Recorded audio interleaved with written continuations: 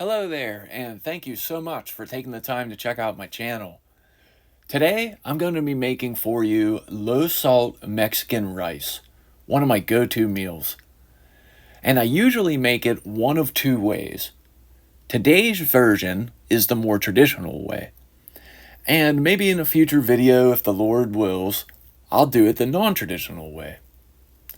As always, the total sodium content, as well as the recipe for today's meal, will be in the video description. That being said, let's check out the ingredients.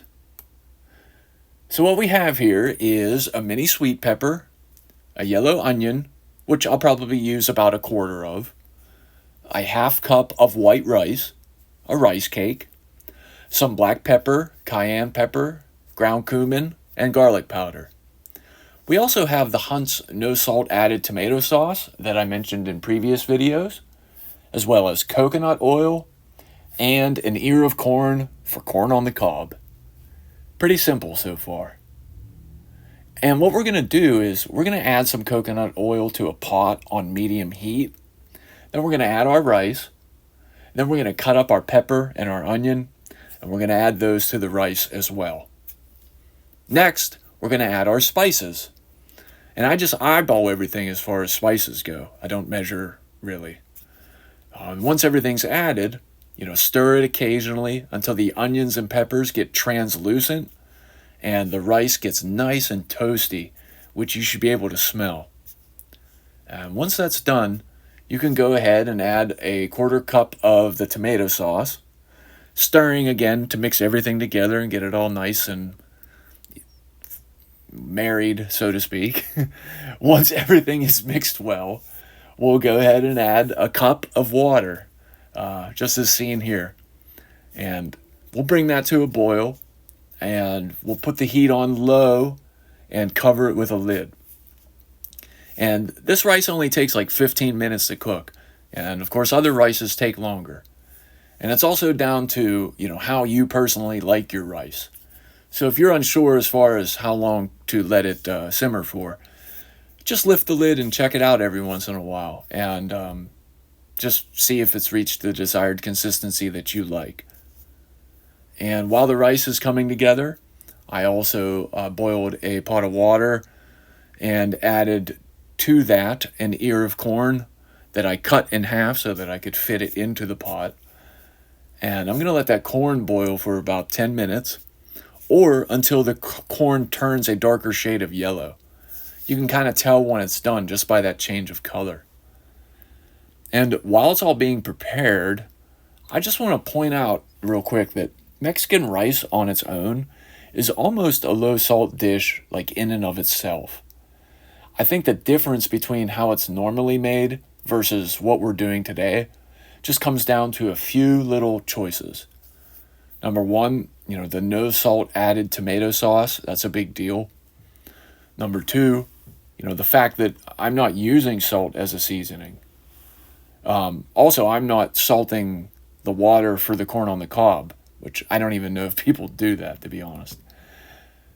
Another thing is all the spices that I'm using are salt-free.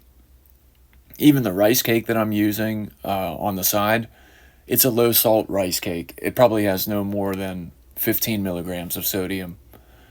So it's just the little variations like that that make an already simple, generally low sodium meal acceptable and safe for people who need to be very careful about their low salt diet, like me.